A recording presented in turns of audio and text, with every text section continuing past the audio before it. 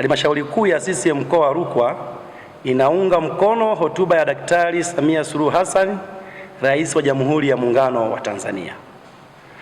Ndugu waandishi wa habari, kikao cha Halmashauri Kuu ya CCM mkoa wa Rukwa kilichoketi tarehe 10 mwezi wa 12 2025, pamoja na mambo mengine yaliyojadiliwa, kiliazimia kumpongeza Mheshimiwa Rais wa Jamhuri ya Muungano wa Tanzania Daktari Samia Suluhu Hassan kwa hotuba nzuri aliyoitoa katika mkutano wa wazee wa mkoa wa Dar es Salaam tarehe 4 Disemba 2025. Ndugu waandishi wa habari, kikao kimeridhishwa na hatua zinazochukuliwa na serikali yetu inayoongozwa na Daktari Samia Suluhu Hassan juu ya kulinda amani ya nchi yetu ya Tanzania kama alivyodhihirisha kwenye hotuba yake aliyoitoa katika mkutano wa wazee wa Dar es Salaam.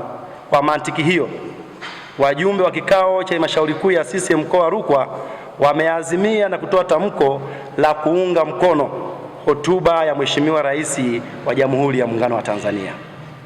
Kama mnavyojua waandishi wa habari, pasipo na amani ndani ya nchi, miradi yote ya kimkakati haiwezi kutekelezwa. Na sisi kama wananchi, kama wakulima, kama wafanyakazi, shughuli zote zitasimama. Wajasiriamali mtakosa muda wa kufanya kazi, mamalishe watakosa muda wa kutoa huduma na wao wapate fedha, madereva bodaboda, madereva bajaji na shughuli zote za uzalishaji mali zitasimama. Hivyo ndo maana Halmashauri Kuu ya CCM ya mkoa wa Rukwa imetoa tamko hilo la kuunga mkono.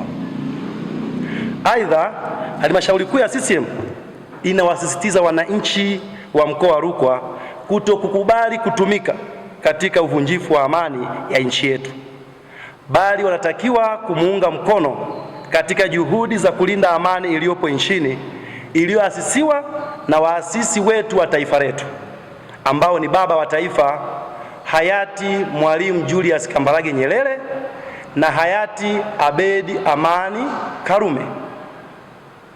Ndugu zangu, napenda kurudia, tuilinde amani iliyopo.